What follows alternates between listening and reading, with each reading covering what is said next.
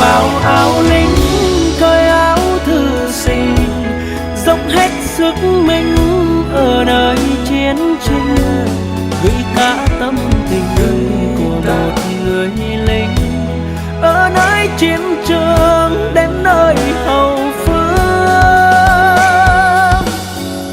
Biên cương nắng gió gian khó trên vai, nhưng anh chẳng ngại vì mình thân trai. Gánh 2 năm dài đợi chờ một mai, cất bước trở về đi tìm tương lai. Mặc vào áo lính,